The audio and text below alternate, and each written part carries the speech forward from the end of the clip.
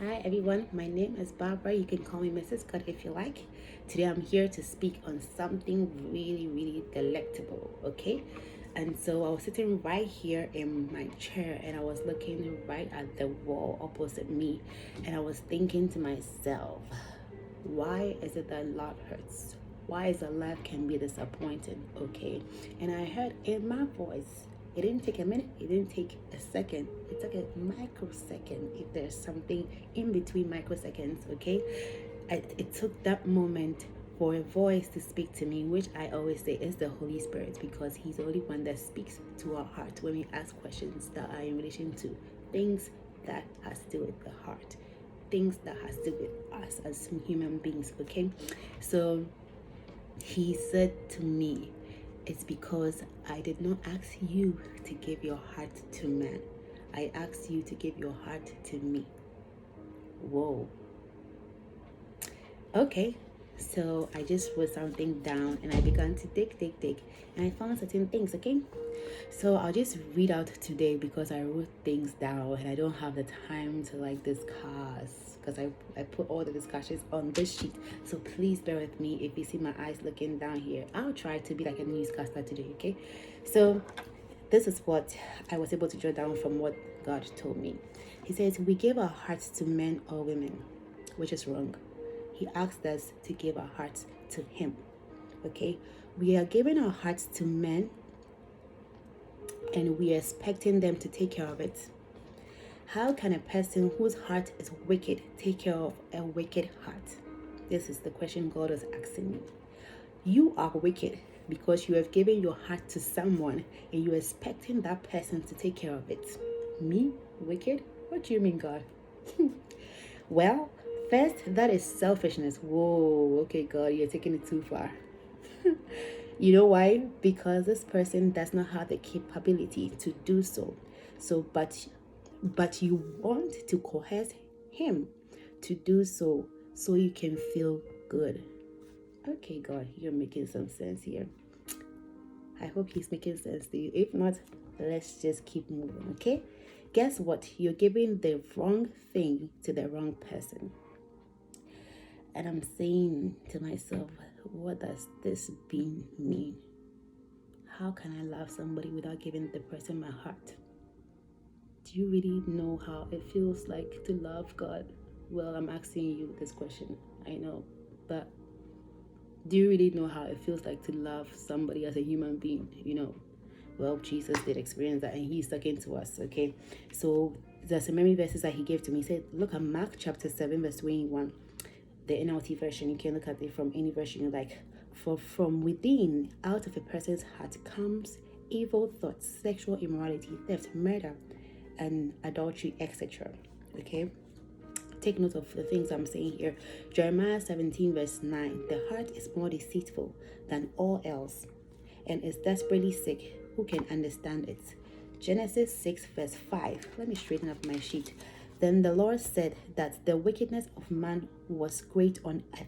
The Lord saw that the wickedness of man was great on earth, and that every intent of the thoughts of his heart was only evil continually. So this is evident that human beings, our hearts are wicked. Well, somebody can say, well, I'm a good person. I have a kind heart. I have a good heart. I don't think evil of people and all of that. But God is saying that your heart is wicked. Why? Because you do have certain evil desires inside of you, whether you like it or not. Because once in a while, we all exhibit that kind of evil thing that God is talking about. We exhibit jealousy, selfishness, hatred, betrayal. We exhibit all of them once in a while, okay? No matter how good your heart is. And God knows what He's talking about. And you and I cannot refute that point. It is a fact. So He went on and He was talking about something really deeper.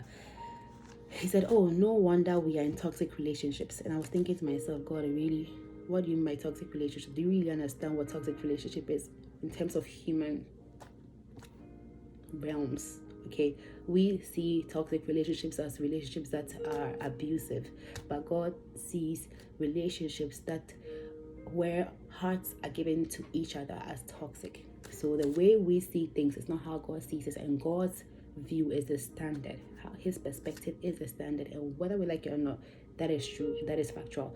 And as we progress, you're going to see what God is talking about. Okay, we think toxic relationships are only things that relationships that are inclined to physical abuse or whatnot. It is relationships where you give your heart to a man, and that relationship is a deceitful one. No wonder we get so mad when we don't get the attention we need, and sometimes try to retaliate. No wonder we cheat and give excuses. Okay, no wonder we do everything when the love of our partners are not the expectations of our partners are not met, or they do not transcend our expectations. This is all because you have given a toxic product to someone to cherish it. Obviously he or she cannot, because it is not even safe with their own hearts. So God is saying that our hearts are toxic, and it's evident in the Bible verses I just read. They are selfish. They have all those toxic qualities in there, and he's saying that you are giving it to somebody who also has that same heart like yours to keep. No wonder we are all being hurt. Okay, no wonder we are hurting each other, and God calls that a toxic relationship. And so if two toxic things stay in the same space, the end product is baggage, and you both will end up getting hurt. So then what do we do, God? We ought to give our evil hearts to someone who has love as his default nature. That's what God is saying. Give your heart to somebody who has love as his default nature. And you and I know that our default nature is not love. It's selfishness. It's evil. You and I know that. Okay? And he went on saying that we should give our hearts to somebody who has enough space to accommodate our hearts, which has been rejected, betrayed, ripped apart, etc. We need to give it to someone. Let me flip over, okay? Someone who will reform it, who will re-nurture it, who will tame it, and who will transform it for our good and the good of others. Who is this person here? That is God. That is Jesus. That is the Holy Spirit. He's the only person who can transform our hearts. He's the only person that can nurture our heart. He's the only one that can tame it. He can prune it. He's the one who has love as his default nature. He's the one who has enough space to accommodate our evil heart.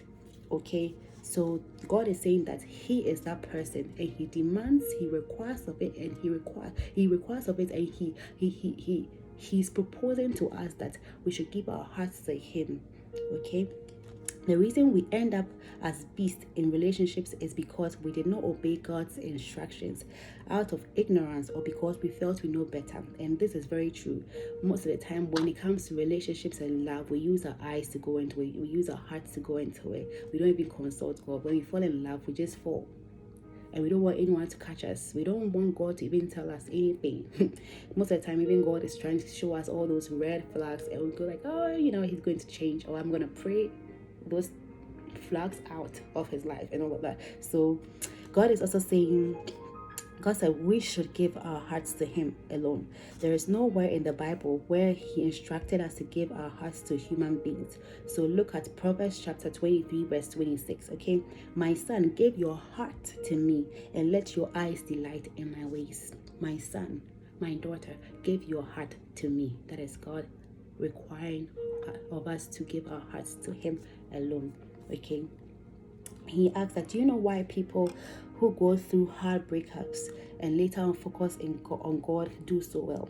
It's because they realize they had to give their hearts to God. And that is very true. You and I can tell and can testify.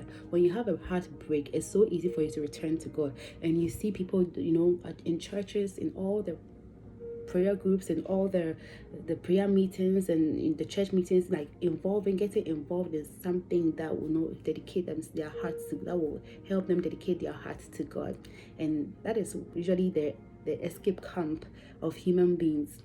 Okay, and we see that people who usually do this do very well, because they tend to focus their attention on God and allow God to guide them within that short period. And so you see that, okay, somebody who was broken months ago while being in the presence of God and everything, is that later the person begins to discover himself or herself, and that's so looks much more handsome and prettier, or is doing very well in whatever endeavor that they're involved in. Okay, by immediately they find love. That's what God said. They immediately find love, they take their hearts. Let me flip again. their hearts from God and say, thank you for being there for me when I was single. Now I found a man or a woman. So excuse me, I'm taking this repaired heart to give to my newfound love. Ouch. Ouch. And that is what you and I do. We get fixed, healed, delivered, pruned, everything. And when we find somebody else, we say bye-bye to God and we are gone with our prepared hearts, our hearts that are well fixed and, happy again. And we run off with it. So if you are true to yourself, there have been times where your partner did something so heartbreaking and you take your broken heart to God. This is what God is saying. If we are true to ourselves, there have been times where our partners have done things to our hearts that have broken our hearts, and we have taken the pieces of it and run to the Father. Yes, you and I have done that. Don't deny that. Why do we take our hearts to God then? Because by default, it is the safest place it can be, and that's where it should be. Okay? And while we are there, we keep saying, God, take my heart. It hurts because you gave it to, and God is saying that you gave it to you are feeling that hurt and pain because you gave it to somebody who was hungry in such a way that what he means by hungry here is that the person himself or herself has desires and is looking for those desires to be quenched or filled or to be taken care of, and you with your heart desires, you've taken that heart desire to give to this person who is also hungry. How do you expect him or her to feed you? Okay, God is saying that we are feeling this hurt in relationships and love because we are giving our hearts to hungry men and women who want their desires also to be also taken care of. Okay, so let's move on over here. Then in his faithfulness, God in his faithfulness engages you and heals you in the process. He is the only one that can take care of your heart, but we always take it to him only for repairs, and we expect him to do a good job in minutes when our hearts have been in another person's space for months and years. And that's what usually happens whenever we have heartbreaks.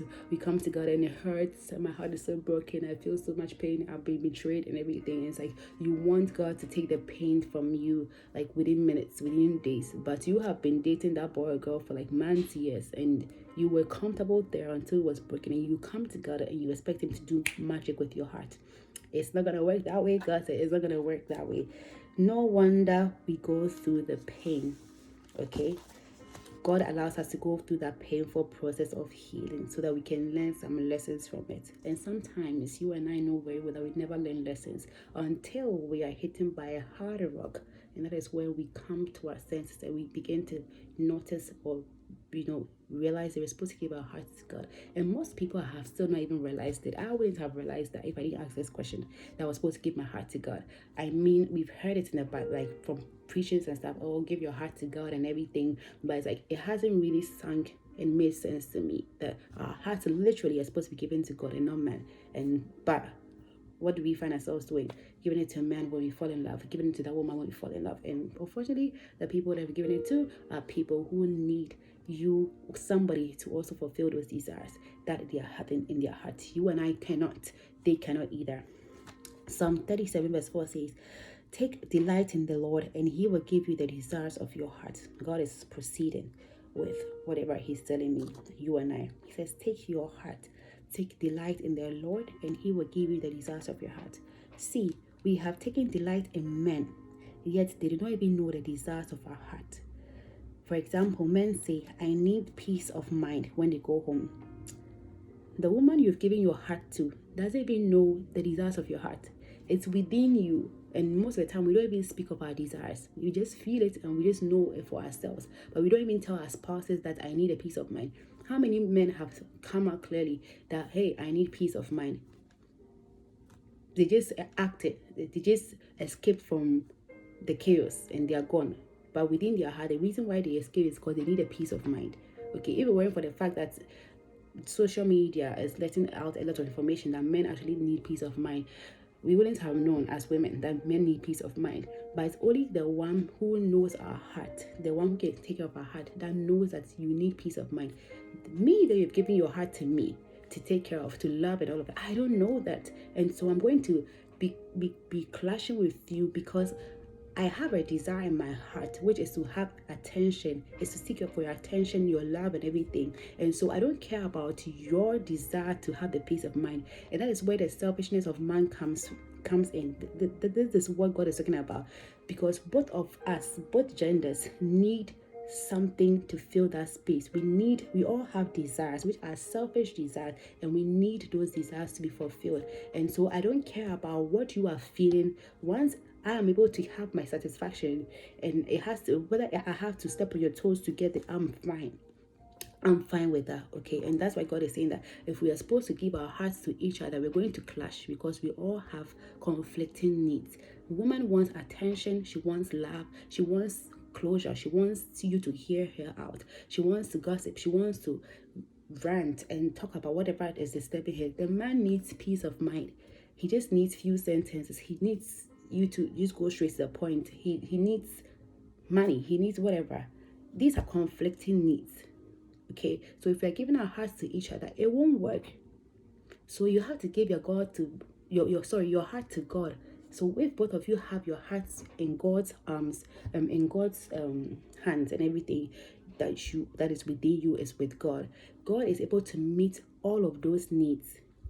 Okay, God is able to give you that peace of mind as a man. God is able to give you that love and care and attention as a woman. God is able to hear you out. God doesn't care about the ranting of a woman. He doesn't care about the attention. He has plenty of time to live. He even wants you to be talking to him, so you can go to the presence of God and rant and shout and do everything you want to do. God has never come to tell any woman that, hey, you talk too much, or you what's it called? What's that thing that men say? You nag. Like, I have never heard I've not seen any part in the Bible where God even talks about nagging, but man talks about nagging here.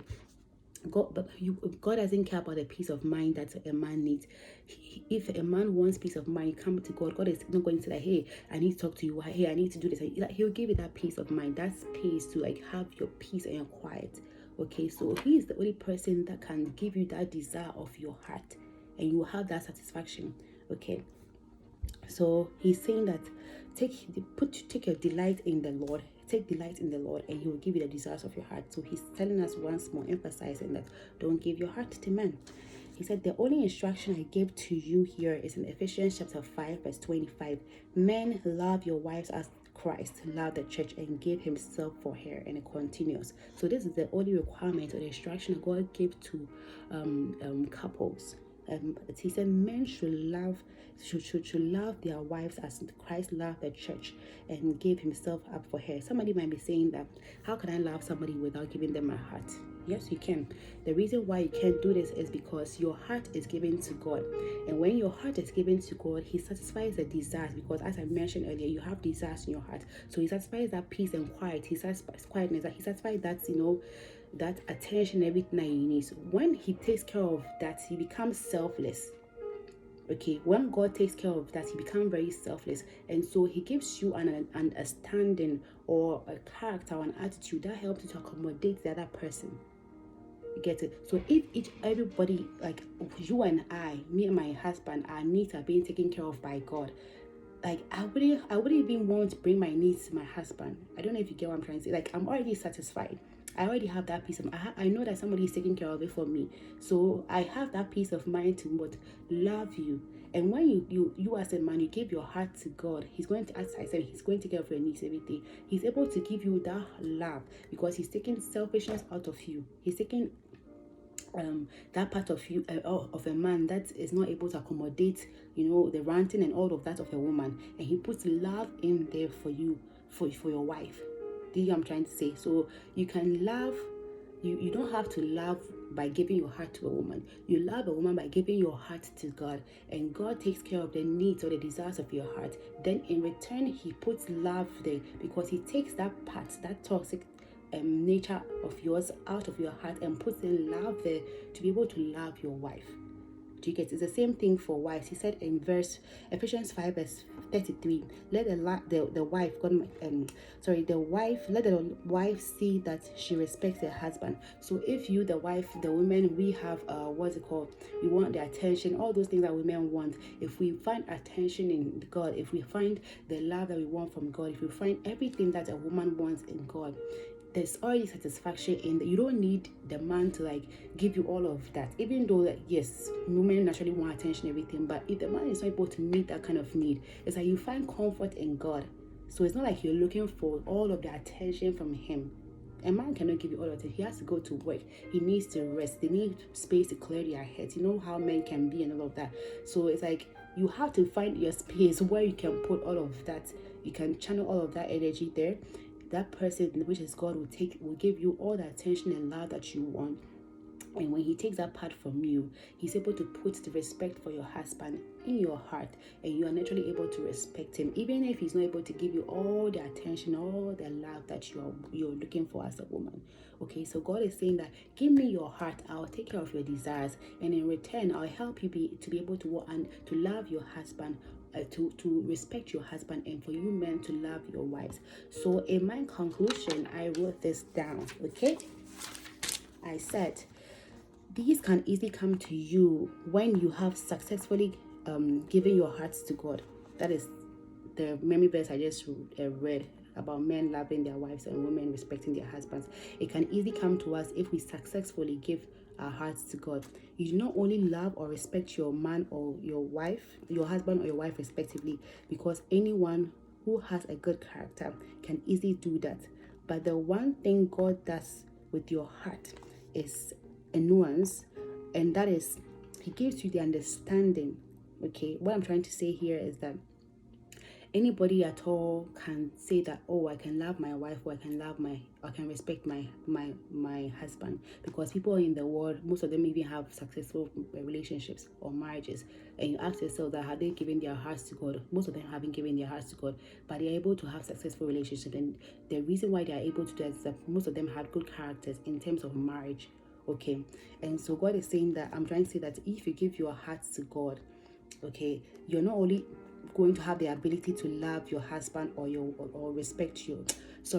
your wife or respect your husband, as the Bible says, but God is going to do more than that. He's going to give your heart the understanding. This is what the people in the world will lack, because God doesn't give you just the ability or the character. He gives you the understanding. That is why it is critical for you to follow the instructions He's giving to us as men and women, and the wisdom. He's going to give you wisdom. He's going to give you the divine forbearance. He's going to give you the power to have a successful relationship with that particular person. Okay, he's not going to give you only the character or the quality. That one is very common to anybody at all. If the person has a good character, he or she can easily respect her husband. She can easily respect her husband. He can easily love the wife. That is, if they have a good character. So what makes the difference, or what the extra the extras that we have as Christians, or people who believe in God and who are willing to give their hearts to God, is the understanding God is going to give to you. So you're going to have that easily coming to you. You're going to have the understanding. The understanding will help you to teach other people, will help you to nurture your children, will help you to nurture people that have been given to you to, look after and all of that. He's going to give you the wisdom. When there's problems, how do you solve it? When you're dealing with this kind of person, how do you go about it? What do you say today? What do you not say tomorrow? At another moment. He's going to give you the divine forbearance. He's going to give you the power to be successful, because at the end of the day, every relationship is going to be tested. Love is going to be tested. Respect is going to be tested. Your maturity is going to be tested. So God is going to give you the power to overcome every temptation, every trial that comes in your relationship, so you can have a successful relationship with that particular person. Okay, because as I said, your character is susceptible to external factors if care is not taken. Okay, so this is all I have to tell you guys today. Let's give our hearts to God, because He demands of it, He requires it, and He is pleading with us to give our hearts to Him. It's the safest place that we can keep it, and when we are able to do that successfully, we are going to have a successful relationship, not only through the character He's going to give to us, but through wisdom, through the power, through the divine forbearance and through the understanding He's going to give us to be able to have successful relationships with the people that He has put in our lives. So God bless you guys. If you've been blessed with this, please share it and subscribe. I love you guys and take care. Okay.